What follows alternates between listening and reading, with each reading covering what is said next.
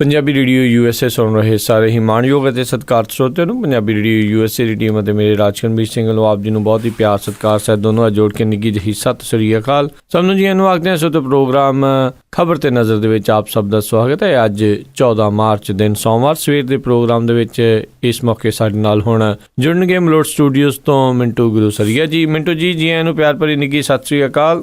ਸ਼ੁਕਰੀਆ ਜੀ, ਸਾਰਿਆਂ ਨੂੰ ਪਿਆਰ ਭਰੀ ਸਤਿ ਸ੍ਰੀ ਅਕਾਲ। ਸਾਡੇ ਅੱਜ ਦੇ ਪ੍ਰੋਗਰਾਮ ਖਬਰ ਤੇ ਨਜ਼ਰ ਉਸ ਨੂੰ ਸਪਾਂਸਰ ਕਰਦੇ ਨੇ ਖਾਲਸਾ ਇੰਸ਼ੋਰੈਂਸ ਏਜੰਸੀ ਵਾਲੇ, ਜਿਨ੍ਹਾਂ ਦੇ ਕੋਲੋਂ ਤੁਸੀਂ ਹਰ ਤਰ੍ਹਾਂ ਦੀ ਇੰਸ਼ੋਰੈਂਸ ਕਰਵਾ ਸਕਦੇ ਹੋ। ਇੰਸ਼ੋਰੈਂਸ ਬਾਰੇ ਪਤਾ ਕਰਨ ਲਈ ਕਾਲ ਕਰੋ ਨੰਬਰ 408 272 2500 4082722500। ਇਸ ਦੇ ਨਾਲ ਸੁਰਿੰਦਰ ਸਿੰਘ ਕਾਲੋ ਰੈਂਚੋ ਕਡੋਵਾ ਤੋਂ, ਕਾਬਲ ਸਿੰਘ ਬੈਂਸ ਮੋਡੈਸਟੋ ਤੋਂ, ਦਲਬੀਰ ਸਿੰਘ ਗਿੱਲ ਲਾਈਵੋਕ ਤੋਂ, ਬਲਦੇਵ ਸਿੰਘ ਧਾਰੀਵਾਲ ਰੀਨੋ ਤੋਂ, ਸੁਰਿੰਦਰ ਕੌਰ ਧਾਮੀ ਸੀਰੀਜ਼ ਤੋਂ, ਸਤਨਾਮ ਸਿੰਘ ਸ਼ੇਰਗਿੱਲ ਸੈਲਮਾ ਤੋਂ, ਨਵਜੋਤ ਕੌਰ ਕਲੋਟੀ ਯੂਬਾ ਸਿਟੀ ਤੋਂ, ਗੁਰਦੀਪ ਸਿੰਘ ਵਿਰਦੀ ਕਲੋਵਿਸ ਤੋਂ ਅਤੇ ਸੂਬੇਦਾਰ ਸੁਰਜੀਤ ਸਿੰਘ ਖੰਗੂੜਾ ਤੇ ਪਰਿਵਾਰ ਸੈਨ ਹੋਜੇ ਤੋਂ। ਇਹਨਾਂ ਸਾਰਿਆਂ ਦਾ ਬਹੁਤ ਬਹੁਤ ਧੰਨਵਾਦ। ਜੇਕਰ ਤੁਸੀਂ ਜਾਂ ਕੋਈ ਹੋਰ ਕਾਰੋਬਾਰ ਇਸ ਪ੍ਰੋਗਰਾਮ ਨੂੰ ਸਪਾਂਸਰ ਕਰਨਾ ਚਾਹੁੰਦੇ ਹੋ, ਸੰਪਰਕ ਕਰ ਸਕਦੇ ਹੋ ਨੰਬਰ 408 722 7698 408 722 ਦੇ ਉੱਤੇ। ਤੇ ਮਿੰਟੂ ਜੀ, ਗੱਲਬਾਤ ਦਾ ਸਿਲਸਿਲਾ ਜੇ ਆਪਾਂ ਸ਼ੁਰੂ ਕਰੀਏ, ਸਭ ਤੋਂ ਪਹਿਲੀ ਜਿਹੜੀ ਖਬਰ ਆ, ਸਤਲੁਜ ਯਮੁਨਾ ਲਿੰਕ ਨਹਿਰ ਦਾ ਵੱਢਿਆ ਜੂੜ। ਪੰਜਾਬ ਸਰਕਾਰ ਨੇ SYL ਦੇ ਵਿੱਚ ਆਈਆਂ ਜ਼ਮੀਨਾਂ ਮੋੜਨ ਦੇ ਲਈ ਬਿੱਲ ਲਿਆਂਦਾ ਤੇ ਸੁਣਿਆ ਬਿੱਲ ਪਾਸ ਵੀ ਹੋ ਗਿਆ। ਇਹਨਾਂ ਨੇ ਝੂੜ ਵੱਢਿਆ ਜੀ, ਝੂੜ। ਉਹਨੂੰ ਜਿਹੜਾ ਆਪਣੇ ਯੱਬ ਕਹਿ ਦਿੰਦੇ ਆ, ਹਿੰਦੀ ਚ ਫਾਸਤਾ ਕਹਿ ਦਿੰਦੇ, ਕਹਿੰਦੇ ਜੀ ਅਸੀਂ ਯੱਬ ਵੱਢ ਦਿੱਤਾ ਫਲਾਣੀ ਚੀਜ਼ ਦਾ। ਤੇ ਉਹ ਇਹਨਾਂ ਦਾ ਦਾਅਵਾ ਆ ਅਕਾਲੀਆਂ ਦਾ ਕਿ ਅਸੀਂ ਉਹ ਫਾਸਤਾ ਜਿਹੜਾ SYL ਦਾ ਉਹ ਵੱਢ ਦਿੱਤਾ ਆ, ਬਿੱਲ ਲੈ ਜਾਂਦਾ। ਸੁਖਬੀਰ ਸਿੰਘ ਬਾਦਲ ਨੇ ਤੇ ਕਹਿ ਦਿੱਤਾ ਕਿ ਅਸੀਂ ਦਫਨ ਹੀ ਕਰ ਦਿੱਤਾ ਇਸ ਸਾਰੇ ਮੁੱਦੇ ਨੂੰ। ਪਰ ਅੱਜ ਜੋ ਅਸੈਂਬਲੀ ਦੇ ਵਿੱਚ ਹੋਇਆ, ਉਹ ਬਿੱਲ ਲਿਆਂਦਾ ਗਿਆ, ਉਹ ਵੀ ਨੋਟੀਫਾਈਡ ਕਰਨ ਲਈ ਜਿਹੜਾ ਬਿੱਲ ਇਹਨਾਂ ਨੇ ਐਲਾਨਿਆ ਸੀ ਉਹ ਲਿਆਂਦਾ, ਉੱਥੇ ਪਾਸ ਵੀ ਕਰ ਦਿੱਤਾ ਗਿਆ। ਕਾਂਗਰਸ ਨੇ ਜਿਹੜਾ ਆ ਉਹ ਸੰਪੂਰਨ ਤੌਰ ਤੇ ਉਹਨੂੰ ਹਮਾਇਤ ਦਿੱਤੀ ਉਸ ਬਿੱਲ ਨੂੰ। ਹੁਣ ਉਹ ਜਿਹੜਾ ਬਿੱਲ ਆ ਉਹ ਹਾਲੇ ਗਵਰਨਰ ਕੋਲ ਨਹੀਂ ਗਿਆ। ਗਵਰਨਰ ਆ ਜਿਹੜਾ ਉਹ ਅੱਜ ਹਰਿਆਣੇ ਦੇ ਵਿੱਚ ਬਜਟ ਇਜਲਾਸ ਸ਼ੁਰੂ ਹੋਇਆ, ਉਹ ਉੱਥੇ ਐਡਰੈਸ ਕਰਦਾ ਪਿਆ ਸੀ, ਉੱਥੇ ਭਾਸ਼ਣ ਦਿੰਦਾ ਪਿਆ ਸੀ। ਜੋ ਗੱਲਾਂ ਇੱਥੇ ਕਹਿ ਕੇ ਗਿਆ ਕਪਤਾਨ ਸਿੰਘ ਸੋਲੰਕੀ ਜਿਹੜਾ ਗਵਰਨਰ ਹੈ, ਉਹੀ ਕੁਝ ਉਹਨੇ ਉੱਥੇ ਦੁਹਰਾਇਆ। ਉੱਥੇ ਉਹਨੇ ਇਹ ਗੱਲ ਕਹੀ ਕਿ ਪੰਜਾਬ ਨੂੰ ਕੁਝ ਇਸ ਤਰ੍ਹਾਂ ਦਾ ਨਹੀਂ ਕਰਨ ਦਿੱਤਾ ਜਾਏਗਾ ਜੋ ਹਰਿਆਣੇ ਦੇ ਹੱਕਾਂ ਦੇ ਡਾਕਾ ਹੋਵੇ। ਔਰ ਗਵਰਨਰ ਨੇ ਇਹ ਵੀ ਕਿਹਾ ਹਰਿਆਣੇ ਦੀ ਅਸੈਂਬਲੀ ਦੇ ਵਿੱਚ ਕਿ ਮੈਂ ਕੁਝ ਇਹੋ ਜਿਹਾ ਨਹੀਂ ਕਰਾਂਗਾ ਜੋ ਗੈਰ ਵਿਧਾਨਕ ਹੋਵੇ, ਗੈਰ ਸੰਵਿਧਾਨਕ ਹੋਵੇ। ਸੋ ਉੱਥੇ ਜਾ ਕੇ ਉਹਦੇ ਭਾਸ਼ਣ ਹੈ ਜਿਹੜੇ ਕਪਤਾਨ ਸਿੰਘ ਸੋਲੰਕੀ ਗਵਰਨਰ ਦੇ, ਉਹ ਇਹ ਸੀ ਕਿ ਪੰਜਾਬ ਦੇ ਵਿੱਚ ਇਹ ਸੀ। ਉਦੋਂ ਵੀ ਮੈਂ ਦੱਸਿਆ ਸੀ ਉਹਨੇ ਗਵਰਨਰ ਨੇ ਸਕ੍ਰਿਪਟ ਪੜ੍ਹਨੀ ਆ, ਉਹਨੇ ਪੜ੍ਹ ਦਿੱਤੀ ਉੱਥੇ ਖੜ ਕੇ ਵੀ, ਉੱਥੇ ਖੜ ਕੇ ਵੀ। ਇਹ ਬਿੱਲ ਹੈ ਜਿਹੜਾ ਪੰਜਾਬ ਦਾ, ਉਹ ਹਾਲੇ ਪਾਸ ਨਹੀਂ ਹੋਇਆ। ਗਵਰਨਰ ਨੇ ਉਹਨੂੰ ਅਪਰੂਵਲ ਦੇਣੀ ਹੈ, ਉਹ ਹਾਲੇ ਦੇਗਾ ਕਿ ਨਹੀਂ ਦੇਗਾ, ਇਸ ਗੱਲ ਦਾ ਅੰਦਾਜ਼ਾ ਇੱਥੋਂ ਹੀ ਲਾਇਆ ਜਾਂਦਾ ਹੈ ਕਿ ਅਸੈਂਬਲੀ ਦੇ ਵਿੱਚ, ਹਰਿਆਣੇ ਦੀ ਅਸੈਂਬਲੀ ਦੇ ਵਿੱਚ SYL ਨੇ ਅੱਜ ਹੜ ਲਿਆ ਦਿੱਤਾ। ਭੁਪਿੰਦਰ ਸਿੰਘ ਹੁੱਡਾ ਆਪਣੇ ਸਾਥੀਆਂ ਨਾਲ ਵਾਕਆਊਟ ਕਰਕੇ ਗਿਆ। ਬਹੁਤ ਜ਼ਿਆਦਾ ਜ਼ੋਰਦਾਰ ਹੰਗਾਮਾ ਹੋਇਆ ਹਰਿਆਣੇ ਦੇ ਵਿੱਚ ਵੀ। ਜਿਹੜਾ ਆ ਇਹ SYL ਨੇ ਪੂਰਾ ਭੁਚਾਲ ਲਿਆ ਦਿੱਤਾ ਪਹਿਲੇ ਦਿਨ ਹੀ ਬਜਟ ਇਜਲਾਸ 'ਚ। ਤੇ ਜੋ ਉੱਥੇ ਜਿਸ ਢੰਗ ਨਾਲ ਕਪਤਾਨ ਸਿੰਘ ਸੋਲੰਕੀ ਨੇ ਦਿੱਤਾ ਆ ਭਾਸ਼ਣ, ਤਾਂ ਉਹਦੇ ਤੋਂ ਵੇਖ ਕੇ ਲੱਗਦਾ ਹੈ, ਕਿਉਂਕਿ ਇੱਕ ਤੇ ਬੜੇ ਦੇਰ ਦਾ ਰੌਲਾ ਪੈਂਦਾ ਸੀਗਾ ਕਿ ਆਪਦਾ ਗਵਰਨਰ ਅੱਡ ਲਾਓ, ਪੰਜਾਬ ਨੂੰ ਅੱਡ ਲਾਓ, ਬਹੁਤ ਦੇਰ ਦਾ ਰੌਲਾ ਸੀਗਾ, ਪਰ ਇਹਨਾਂ ਨੇ ਨਹੀਂ ਮੰਨੀ। ਕਪਤਾਨ ਸਿੰਘ ਸੋਲੰਕੀ ਭਾਰਤੀ ਜਨਤਾ ਪਾਰਟੀ ਦਾ ਹੀ ਇੱਕ ਆਗੂ ਹੈ ਤੇ RSS ਦੇ ਨਾਲ ਹੀ ਉਹਦਾ ਪਿਛੋਕੜ ਜਾ ਕੇ ਜੁੜਦਾ ਹੈ।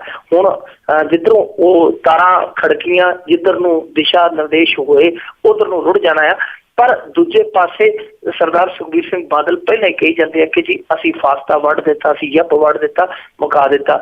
ਇਹਨਾਂ ਨੇ ਬਿੱਲ ਦੇ ਵਿੱਚ ਇਹ ਗੱਲ ਰੱਖੀ ਹੈ, ਪਹਿਲਾਂ ਤੇ ਕਹਿੰਦੇ ਸੀਗੇ ਕਿ ਜਿਨ੍ਹਾਂ ਦੀ ਜ਼ਮੀਨ ਐਕਵਾਇਰ ਹੋਈ ਹੈ ਉਹਦੇ ਲਈ ਅਸੀਂ ਇੱਕ ਪਾਲਿਸੀ ਲਿਆਵਾਂਗੇ ਕਿ ਕੋਈ ਵੀ ਜਿਹੜਾ ਜ਼ਮੀਨ ਐਕਵਾਇਰ ਵਾਲਾ ਆਉਂਦਾ ਹੈ ਉਹ ਉਦੋਂ ਤੋਂ ਲੈ ਕੇ ਵਿਆਜ ਦੇ ਕੇ ਥੋੜਾ ਜਿਹਾ ਉਸ ਸਮੇਂ ਦਿੱਤਾ ਸੀਗਾ ਮੁੱਲ ਗਵਰਨਮੈਂਟ ਨੇ, ਉਹਨੂੰ ਵਾਪਸ ਕਰਕੇ ਉਹ ਆਪਣੀ ਜ਼ਮੀਨ ਲੈ ਸਕਦਾ। ਪਰ ਅੱਜ ਇਹ ਮੱਦ ਲਿਆ ਦਿੱਤੀ ਇਹਨਾਂ ਨੇ ਵਿੱਚ ਬਿੱਲ ਦੇ ਕਿ ਕੋਈ ਵੀ ਮੁਆਵਜ਼ਾ ਜਿਹੜਾ ਕਿਸਾਨ ਤੋਂ ਵਾਪਸ ਨਹੀਂ ਲਿਆ ਜਾਵੇਗਾ।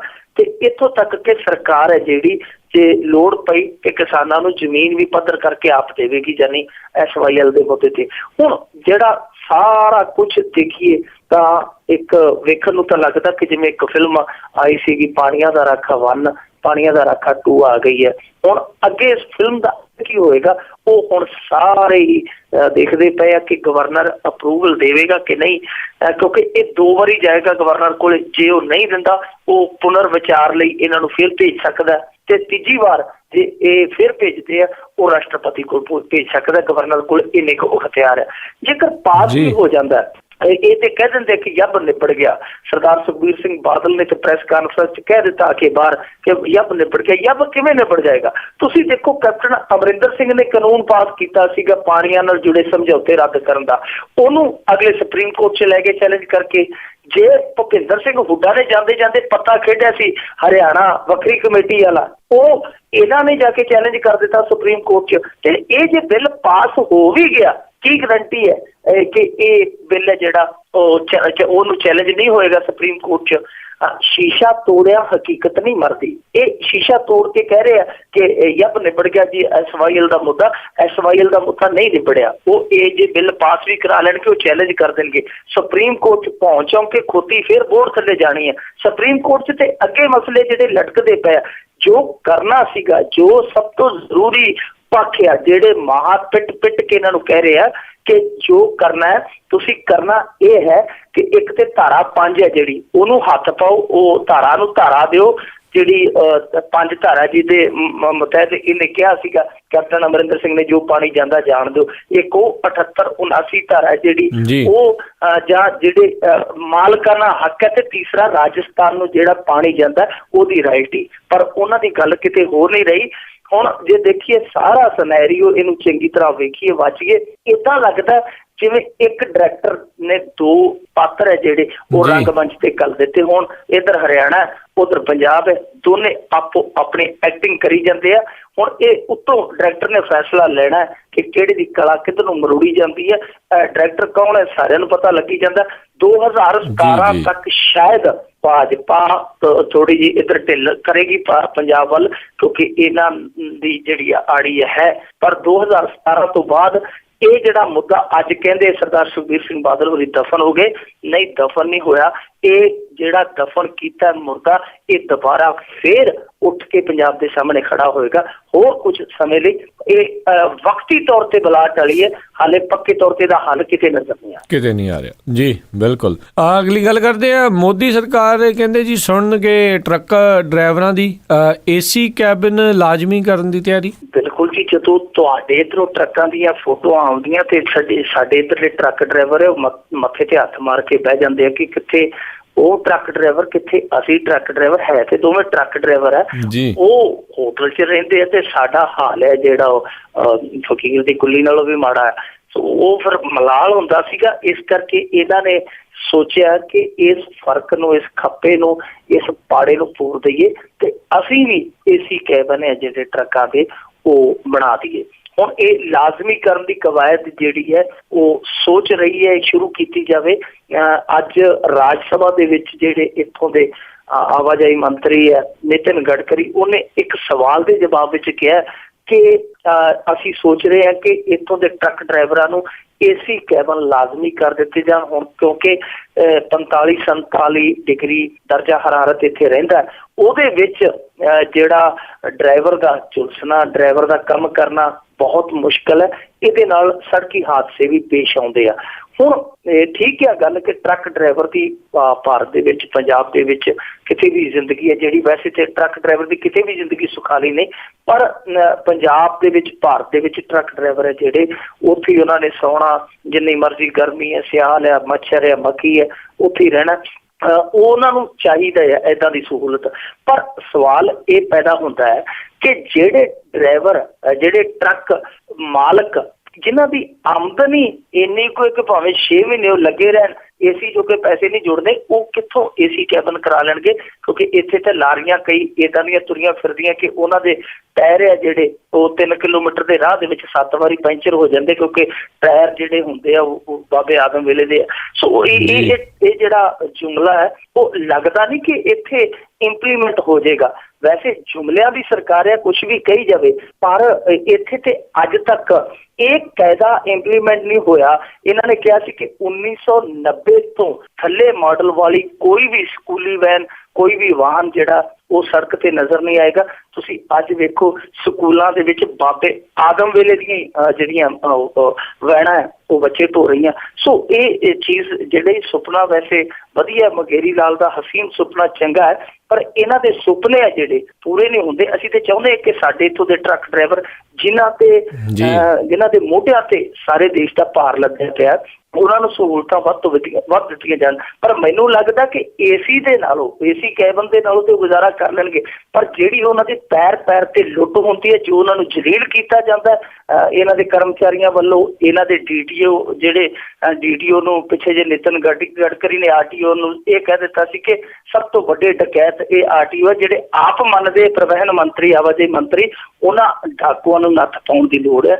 ਔਰ ਤੀਜੀ ਗੱਲ, ਗਡਕਰੀ ਦੇ ਜਿਹੜੇ ਜੁਮਲੇ ਆ ਉਹ ਐਸੇ ਵੈਸੇ ਹੀ ਹੁੰਦੇ ਆ।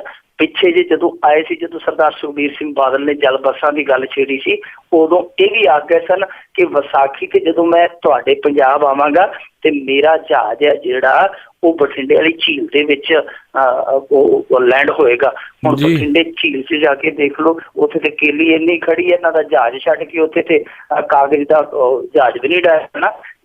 ਇਹੋ ਜਿਹਾ ਛੱਡ ਜਾਂਦੇ ਆ, ਪਰ ਦੇਖਦੇ ਆ ਜੀ ਅੱਗੇ ਕੀ ਬਣਦਾ। ਅਸੀਂ ਤੇ ਚਾਹੁੰਦੇ ਹਾਂ ਵੈਸੇ ਡਰਾਈਵਰਾਂ ਨੂੰ ਸਹੂਲਤ ਦੇ ਦੇਣ ਤੇ ਚੰਗੀ ਗੱਲ ਹੈ। ਕੋਈ ਡਰਾਈਵਰ ਚੰਗਾ ਹੋਇਆ, ਏਸੀ ਦੀ ਠੰਡਕ ਦਾ ਖੁਸ਼ ਹੋਇਆ, ਕੀ ਪਤਾ ਇੱਕ ਨੋਟਾਂ ਦਾ ਟਰੱਕ ਭਰ ਕੇ ਪੰਜਾਬ ਹੀ ਲਿਆ ਵੜੇ। ਮੈਨੂੰ ਲੱਗਦਾ ਜੀ ਤਾਈਓ ਨਹੀਂ ਆਉਂਦਾ, ਗਰਮੀ ਦੇ ਵਿੱਚ ਪਸੀਨਾ ਪੂਜਣ ਲੱਗ ਜਾਂਦੇ ਨੋਟਾਂ ਨਾਲ। ਅਗਲੀ ਜਿਹੜੀ ਆਪਾਂ ਗੱਲ ਕਰਦੇ ਹਾਂ, ਹਿਮਾਚਲ 'ਚ ਫਸੇ ਪੰਜਾਬ ਦੇ ਸਾਰੇ ਵਿਦਿਆਰਥੀ ਜਿਹੜੇ ਬਚਾਏ ਗਏ। ਹਾਂਜੀ, 6 ਇਹਨਾਂ ਚੋਂ ਕੱਲ ਬਚਾ ਲਏ ਗਏ ਸੀ ਕਿ 2 ਅੱਜ ਬਚਾ ਲਏ ਗਏ, ਯਾਨੀ 8 ਦੇ 8 ਹੀ ਜਿਹੜੇ ਸਹੀ ਸਲਾਮਤ ਆਪਣੇ ਘਰਾਂ ਨੂੰ ਪਰਤਣ ਜੋਗੇ ਹੋ ਗਏ ਆ। ਇਹ ਸਾਰੇ ਵਿਦਿਆਰਥੀ ਸੰਗਰੂਰ ਦੇ ਲਾਗੇ ਜਿਹੜਾ ਲੰਗੋਵਾਲ ਦੇ ਵਿੱਚ ਇੰਸਟੀਚਿਊਟ ਹੈ ਪੈਲੋਟੈਕਨੀਕਲ, ਉੱਥੋਂ ਦੇ ਵਿਦਿਆਰਥੀ ਸਨ। ਉੱਥੇ ਘਰਾਂ ਨੂੰ ਚੱਲੇ, ਪਰ ਉੱਥੇ ਮੂਡ ਬਣ ਗਿਆ ਜਾ ਕੇ ਟਰੈਕਿੰਗ ਕਰਨ ਦਾ। ਹਿਮਾਚਲ ਚਲੇ ਗਏ, ਮਨਾਲੀ ਦੇ ਲਾਗੇ, ਉੱਥੇ ਮੌਸਮ ਜਿਹੜਾ ਅਚਾਨਕ ਵਿਗੜ ਗਿਆ, ਖਰਾਬ ਹੋ ਗਿਆ, ਉੱਥੇ ਪਰਬਤਾਂ ਦੇ ਵਿੱਚ ਫਸ ਗਏ। ਪਰ ਇਹਨਾਂ ਨੇ ਇੱਕ ਲੜਾਈ ਲੜੀ। ਵੈਸੇ ਹਿੰਮਤ ਦੇ ਇਹਨਾਂ ਦੀ ਦਾਤ ਦੇਣੀ ਬਣਦੀ ਆ।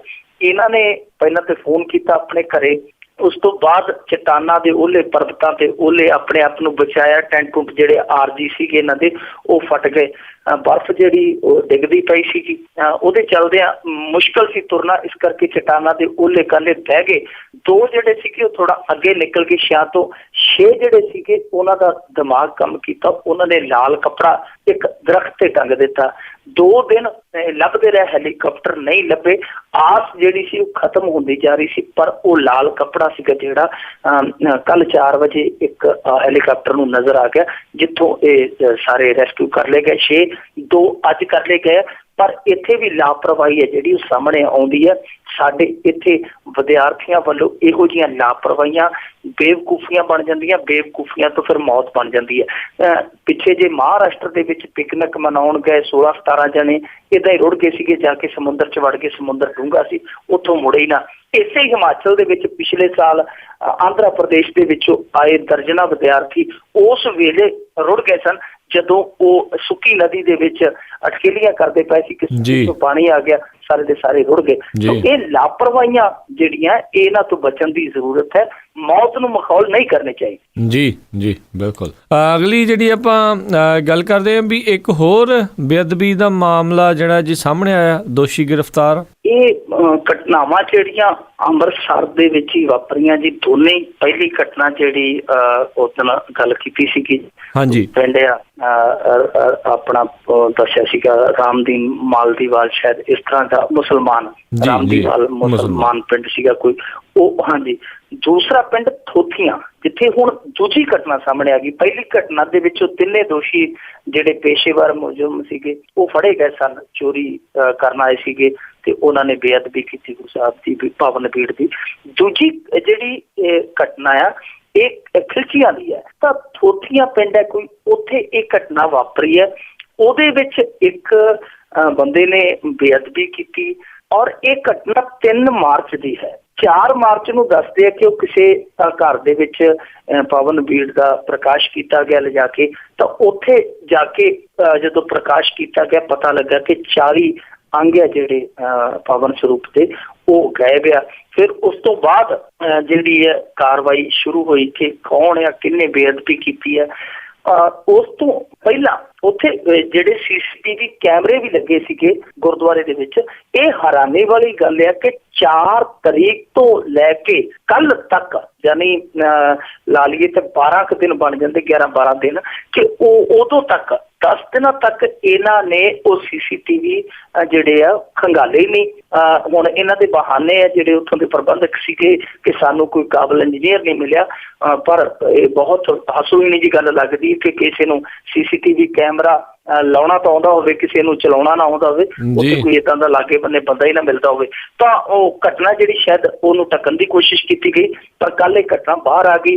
CCTV ਫੁਟੇਜ ਜਦੋਂ ਖੰਗਾਲੀ ਗਈ ਤੇ ਉੱਥੋਂ ਪਿੰਡ ਦਾ ਹੀ ਮੁੰਡਾ ਸੀਗਾ ਕੋਈ, ਜਿਹੜਾ ਜਸਵਿੰਦਰ ਸਿੰਘ, ਉਹ ਉਸ ਫੁਟੇਜ ਦੇ ਵਿੱਚ ਕੈਦ ਸੀਗਾ। ਦੱਸਿਆ ਜਾਂਦਾ ਹੁਣ ਕਿ ਉਹ ਮਾਨਸਿਕ ਤੌਰ ਤੇ ਬਿਮਾਰ ਹੈ, ਸਪੇਨ ਦੇ ਵਿੱਚੋਂ ਰਹਿ ਕੇ ਆਇਆ, ਉੱਥੇ ਉਹਦੇ ਨਾਲ ਠੱਗੀ ਠੋਰੀ ਹੋ ਗਈ, ਇਸ ਕਰਕੇ ਉਹਦਾ ਦਿਮਾਗੀ ਤਵਾਜ਼ਨ ਹੈ ਜਿਹੜਾ ਉਹ ਖਰਾਬ ਹੋ ਗਿਆ, ਥੋੜਾ ਵਿਗੜ ਗਿਆ, ਇਸ ਕਰਕੇ ਉਹਨੇ ਘਟਨਾ ਨੂੰ ਅੰਜਾਮ ਦਿੱਤਾ।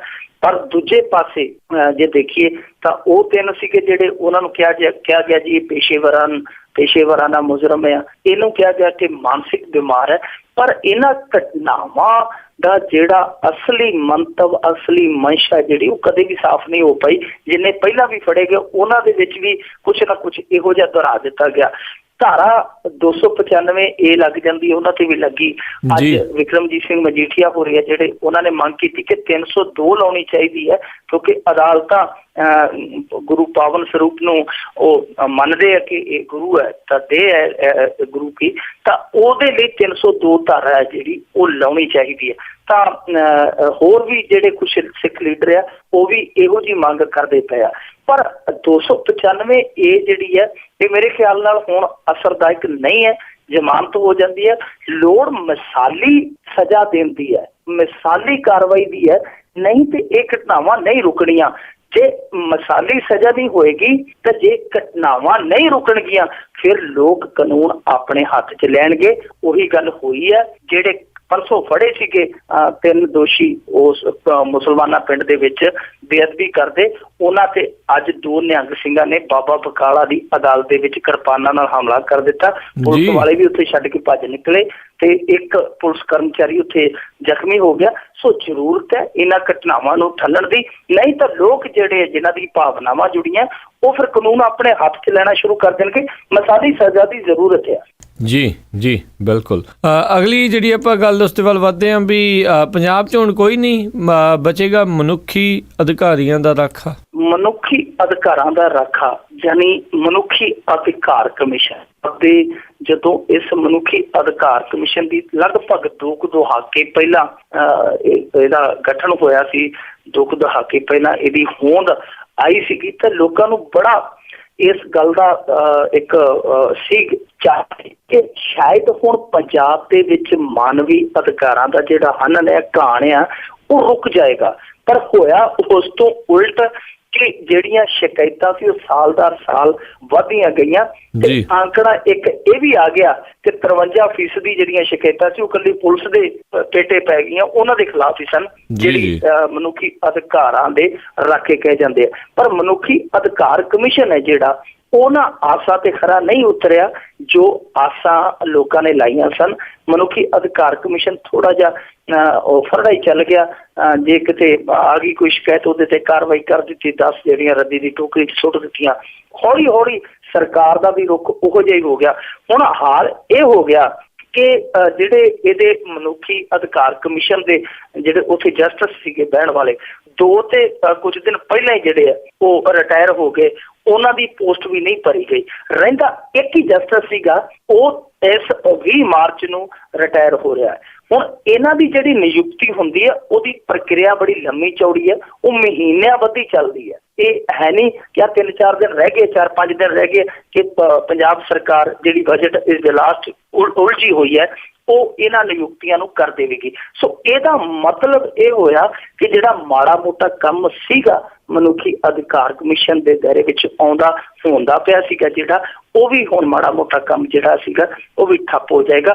ਮਨੁੱਖੀ ਅਧਿਕਾਰ ਦੇ ਜਿਹੜੇ ਰਾਖੇ ਹੈ ਉਹ ਹੁਣ ਇੱਥੋਂ ਚਲੇ ਜਾਣਗੇ ਤੇ ਜਿਹੜਾ ਮਨੁੱਖੀ ਅਧਿਕਾਰਾਂ ਦਾ ਉਲੰਘਣ ਹੈ ਖੁੱਲੇ ਰੂਪ 'ਚ ਹੋਏਗਾ। ਹੁਣ ਗੱਲਾਂ ਦੋ ਹੀ ਹੈ, ਜਾਂ ਤੇ ਇੱਥੇ ਮਨੁੱਖੀ ਅਧਿਕਾਰਾਂ ਦਾ ਜਿਵੇਂ ਕਹਿ ਲਈ ਕਿ ਹਨਨ ਹੁੰਦਾ ਹੀ ਨਹੀਂ, ਤੇ ਜਾਂ ਹੁਣ ਇੰਨਾ ਹੀ ਹੋਣ ਲੱਗ ਪਿਆ ਕਿ ਲੋੜ ਹੀ ਨਹੀਂ ਉੱਤੇ ਕਿਸੇ ਨੂੰ ਪਾਉਣ ਦੀ, ਕਿ ਚੱਲਣ ਤੋਂ ਕੰਮ ਸਿੱਧਾ ਹੀ ਚੱਲੀ ਜਾਵੇ। ਪਰ ਮੈਨੂੰ ਲੱਗਦਾ ਕਿ ਇਹ ਜਿਹੜਾ ਸਿਲਸਿਲਾ ਜੋ ਇਹ ਕਵਾਇਦਾਂ ਜਿੱਦਾਂ ਦੀਆਂ ਚੱਲਦੀਆਂ ਪਈਆਂ ਨੇ ਕਿ ਨਿਯੁਕਤੀ ਕਰਨੀ ਨਹੀਂ, ਜੇ ਕੋਈ ਰਿਟਾਇਰ ਹੁੰਦਾ ਜੇ ਕਰਨੀ ਹੈ ਤੇ ਉੱਥੇ ਆਪਣੀ ਪਾਰਟੀ ਨਾਲ ਜੁੜਿਆ ਪ੍ਰਭਾਵ ਦੇਣਾ। ਇਹ ਚੀਜ਼ਾਂ ਜਿਹੜੀਆਂ ਇਹ ਸਾਨੂੰ ਬਹੁਤ ਇੱਕ ਅੰਨੀ ਖਾਈ ਵੱਲ ਧੱਕਦੀਆਂ, ਪਰ ਸਾਡੀ ਸਰਕਾਰ ਹੈ ਕਿ ਉਹ ਇਹਨਾਂ ਚੀਜ਼ਾਂ ਬਾਰੇ ਨਹੀਂ ਸੋਚਦੀ, ਨਾ ਸੋਚ ਰਹੀ ਹੈ। ਸੋ ਮਨੁੱਖੀ ਅਧਿਕਾਰਾਂ ਦੇ ਜਿਹੜੇ ਚਾਹਵਾਨ ਹੈ ਕਿ ਮਨੁੱਖੀ ਅਧਿਕਾਰ ਜਿਹੜੇ ਸੁਰੱਖਿਅਤ ਰਹਿਣ, ਉਹਨਾਂ ਦੀ ਬੁਰੀ ਖਬਰ ਹੈ ਕਿ ਮਨੁੱਖੀ ਅਧਿਕਾਰ ਕਮਿਸ਼ਨ ਹੈ ਜਿਹੜਾ ਉਹ ਆਪ ਹੀ ਅਧਿਕਾਰਾਂ ਤੋਂ ਵਾਂਝਾ ਹੋ ਜਾਏਗਾ, ਉਹਦੇ ਆਪ ਹੀ ਰੱਖਿਆ ਕਰਨ ਵਾਲੇ ਉੱਥੇ ਨਹੀਂ ਹੋਣਗੇ। ਜੀ ਜੀ ਬਿਲਕੁਲ ਜੀ, ਇਹ ਤਾਂ ਚਿੱਟਾ ਹਾਥੀ ਕੱਦ ਬਣਿਆ ਹੋਇਆ ਸੀਗਾ ਇਹ ਕਹਿਣ ਨੂੰ, ਮਨੁੱਖੀ ਅਧਿਕਾਰ ਕਮਿਸ਼ਨ। ਅਗਲੀ ਜਿਹੜੀ ਆਪਾਂ ਗੱਲ ਕਰਦੇ ਹਾਂ ਵੀ ਪੰਜਾਬ 'ਚ ਪੰਚਾਇਤੀ ਜ਼ਮੀਨਾਂ ਤੋਂ ਕਬਜ਼ੇ ਛਡਾਉਣ ਲਈ ਕਵਾਇਦ ਤੇਜ਼। ਇਹ ਮਸਲਾ ਕਾਫੀ ਲੰਮੇ ਸਮੇਂ ਤੋਂ ਰਹਿ ਕੇ ਉੱਭਰਦਾ ਆ। ਹੁਣ ਇਹਨਾਂ ਨੇ ਫਿਰ ਪੰਚਾਇਤੀ ਵਿਭਾਗ ਨੇ ਸ਼ੁਰੂ ਕਰ ਦਿੱਤਾ ਜੀ ਕਿ ਡਾਟਾ ਇਕੱਠਾ ਕਰੋ, BDPOs ਜਿੰਨੇ ਆ ਬਲਾਕ ਪੰਚਾਇਤ ਬਲਾਕ ਵਿਕਾਸ ਪੰਚਾਇਤ ਅਫਸਰ ਜਾਂ ਹੋਰ ਜਿਹੜੇ ਤਹਿਸੀਲਦਾਰ ਖਾਨੋ ਕੋ ਸਾਰਿਆਂ ਨੂੰ ਕਿਹਾ ਕਿ ਡਾਟਾ ਕਲੈਕਟ ਕਰੋ, ਪਿੰਡਾਂ ਦੇ ਵਿੱਚ ਕਿਹੜੇ ਪਿੰਡ ਦੇ ਵਿੱਚ ਕਿੰਨੀ ਜ਼ਮੀਨ ਆ, ਕਿਉਂਕਿ ਇਸ ਵਾਰ ਪੰਚਾਇਤ ਮੰਤਰੀ ਸਰਦਾਰ ਸਿਕੰਦਰ ਸਿੰਘ ਮਲੂਕਾ ਆ, ਉਹ ਚਾਹੁੰਦੇ ਆ ਕਿ ਜਲਦੀ ਕੰਮ ਕਰ ਲਈਏ ਕਿਉਂਕਿ ਹੁਣ ਵੇਲਾ ਜਿਹੜਾ ਆ ਥੋੜਾ ਰਹਿ ਗਿਆ। ਪਰ ਬਹੁਤ ਦੇਰ ਕਰ ਦਿੱਤੀ ਇਹਨਾਂ ਨੇ ਕਿਉਂਕਿ ਇਹ ਬਹੁਤ ਵੱਡਾ ਇੱਕ ਜਾਲ ਹੈ, ਬਹੁਤ ਵੱਡਾ ਇੱਕ ਰੈਕਟ ਹੈ, ਬਹੁਤ ਵੱਡਾ ਨੈਕਸਟ ਹੈ ਜਿਨ੍ਹਾਂ ਨੇ ਇੱਕ ਕਬਜ਼ਾ ਕੀਤਾ ਹੋਇਆ। ਹੁਣ ਕਬਜ਼ਾ ਕਿਹਨਾਂ ਨੇ ਕੀਤਾ ਹੋਇਆ? ਸਰਕਾਰ ਕਹਿੰਦੀ ਆ ਕਿ 25,000 ਏਕੜ ਹੈ ਜੀ ਸ਼ਾਮਲਾਟ ਜਿਹੜੀ ਕਬਜ਼ਿਆਂ ਦੇ ਹੇਠ ਆ, ਜਦਕਿ ਗੈਰ ਸਰਕਾਰੀ ਅੰਕੜੇ ਇਹ ਕਹਿੰਦੇ ਆ ਕਿ ਪੰਜਾਬ ਦੇ ਵਿੱਚ ਲਗਭਗ 1 ਲੱਖ ਏਕੜ ਦੇ ਕਰੀਬ ਕਬਜ਼ਾ ਹੈ ਜਿਹੜਾ ਕੀਤਾ ਕਿਨੇ ਆ? ਕੀਤਾ ਉਹਨਾਂ ਲੋਕਾਂ ਨੇ ਜਿਹੜੇ ਲੋਕ ਸਰਕਾਰ ਦਾ ਹਿੱਸਾ ਕਿਹੜੇ ਆ? ਅਫਸਰਸ਼ਾਹੀ, ਨੇਤਾ ਤੇ ਪੁਲਿਸ। ਇਹ ਤਿਕੜੀ ਹੈ ਜਿਹਨੇ ਸਭ ਤੋਂ ਜ਼ਿਆਦਾ ਪੰਚਾਇਤੀ ਜ਼ਮੀਨਾਂ ਤੇ ਕਬਜ਼ਾ ਕੀਤਾ। ਇਹ ਕੋਈ ਅਣਅਧਿਕਾਰਤ ਗੱਲ ਨਹੀਂ, ਖੁਦ ਸਰਕਾਰੀ ਅਫਸਰ ਵੀ ਮੰਨਦੇ ਆ, ਜਿਹੜੇ ਅਫਸਰ ਦਲੇਰ ਹੈ ਉਹ ਇਹ ਮੰਨਦੇ ਆ ਕਿ ਜਿਹੜੀ ਸ਼ਾਮਲਾਟ ਜ਼ਮੀਨ ਨੱਪੀ ਗਈ ਹੈ ਪਿੰਡਾਂ ਦੇ ਵਿੱਚ, ਉਹਨਾਂ ਚੋਂ ਬਹੁਤੀ ਇਹ ਜਿਹੜੀ ਤਿਕੜੀ ਹੈ ਉਹ ਤ੍ਰਿਮੂਰਤੀ ਹੈ, ਜਿਹੜੀ ਜਿਵੇਂ ਤ੍ਰਿਮੂਰਤੀ ਕਹਿ ਲਈਏ, ਉਹ ਤ੍ਰਿਮੂਰਤੀ ਨੇ ਨੱਪੀ ਹੋਈ ਹੈ। ਹੁਣ ਆਪਣੀ ਤ੍ਰਿਮੂਰਤੀ ਤੋਂ ਇਹ ਜ਼ਮੀਨ ਛਡਵਾਉਣੀ ਹੈ ਜਿਹੜੀ, ਮੈਨੂੰ ਨਹੀਂ ਲੱਗਦਾ ਇਹ ਛਡਾ ਪਾਉਣਗੇ। ਹਾਂ ਇੰਨਾ ਹੈ ਜਿਹੜੀ ਮਾੜੀ ਮੋਟੀ ਬਚੀ ਖੁਚੀ ਹੈ ਉਹਨੂੰ ਬਚਾ ਲੈਣ, ਉਹਦੇ 'ਚ ਹੀ ਭਲਾ ਆ। ਜਿਹੜੀ ਕੋਈ ਅੱਗੇ ਕੋਈ ਸਰਕਾਰ ਆਵੇ, ਅਲਟਾ ਪਲਟੀ ਹੋਵੇ, ਕੋਈ ਲੰਮੀ ਜਿਹੜੀ ਆ ਉਹ ਦੌੜ ਲੱਗੇ ਤੇ ਇਹਨਾਂ ਤੋਂ ਕਬਜ਼ਾ ਮੁਕਤ ਕਰਵਾਈ ਜਾ ਸਕੇ, ਪਰ ਲੱਗਦਾ ਨਹੀਂ ਹਾਲ ਦੀ ਘੜੀ, ਕਿਉਂਕਿ ਕੇਸ ਜਿਹੜੇ ਇਹੋ ਜਿਹੇ ਕਾਬਜ਼ ਹੁੰਦੇ ਆ ਉਹ ਇੱਕ ਕੇਸ ਕਰ ਦਿੰਦੇ, ਜੇ ਇੱਕ ਤੋਂ ਹਾਰਨ ਦੂਜੀ ਅਦਾਲਤ 'ਚ ਕਰ ਦਿੰਦੇ ਆ, ਉਹ ਉੱਥੇ ਤੱਕ ਲੈ ਜਾਂਦੇ ਆ ਜਿੱਥੋਂ ਤੱਕ ਸਾਡੀ ਸਰਕਾਰ ਅੱਪੜਦੀ। ਜੀ ਅਗਲੀ ਜਿਹੜੀ ਆਪਾਂ ਗੱਲ ਕਰਦੇ ਹਾਂ ਜੀ, ਕਿਰਾਏ ਤੇ ਲਈਆਂ ਕਾਰਾਂ ਤੇ ਅਫਸਰ ਹੋਏ ਕਾਬਜ਼, ਮੰਗਣ ਤੇ ਦਿੰਦੇ ਧਮਕੀਆਂ। ਇਹ ਤਾਂ ਹੁਣ ਮੈਨੂੰ ਲੱਗਦਾ ਹੋਣਾ ਹੀ ਸੀਗਾ। ਕਬਜ਼ਿਆਂ ਦੀ ਗੱਲ ਹੈ ਜੀ, ਕਬਜ਼ਾ ਪੰਜਾਬ ਦੇ ਵਿੱਚ ਤੇ ਕਬਜ਼ਿਆਂ ਦੇ ਫਿਲਮਾਂ ਬਣੀਆਂ, ਕਬਜ਼ਿਆਂ ਤੇ ਗਾਣੇ ਬਣਦੇ ਆ, ਕਬਜ਼ਿਆਂ ਤੇ ਕਈ ਵਾਰ ਸਰਕਾਰਾਂ ਵੀ ਬਣ ਜਾਂਦੀਆਂ ਕਬਜ਼ੇ ਦੀਆਂ। ਸੋ ਕਬਜ਼ਾ ਬੜੀ ਮਹੱਤਵਪੂਰਨ ਚੀਜ਼ ਹੈ ਪੰਜਾਬ ਦੇ ਵਿੱਚ। ਇਹ ਅਸਲ ਦੇ ਵਿੱਚ ਜਿਹੜੀ ਪੰਜਾਬ ਦੇ ਵਿੱਚ ਨਾ ਰਾਸ਼ਟਰੀ ਬਾਲ ਜਿਹੜਾ ਸਿਹਤ ਕਰਾਰੇ ਪ੍ਰੋਗਰਾਮ ਹੁੰਦਾ ਉਹਦੇ ਤਹਿਤ ਵੈਨਾਂ ਆਈਆਂ ਸੀ 256 ਇਹਨਾਂ ਨੇ ਹਾਇਰ ਕੀਤੀਆਂ ਸੀਗੀਆਂ ਪੰਜਾਬ ਸਰਕਾਰ ਨੇ।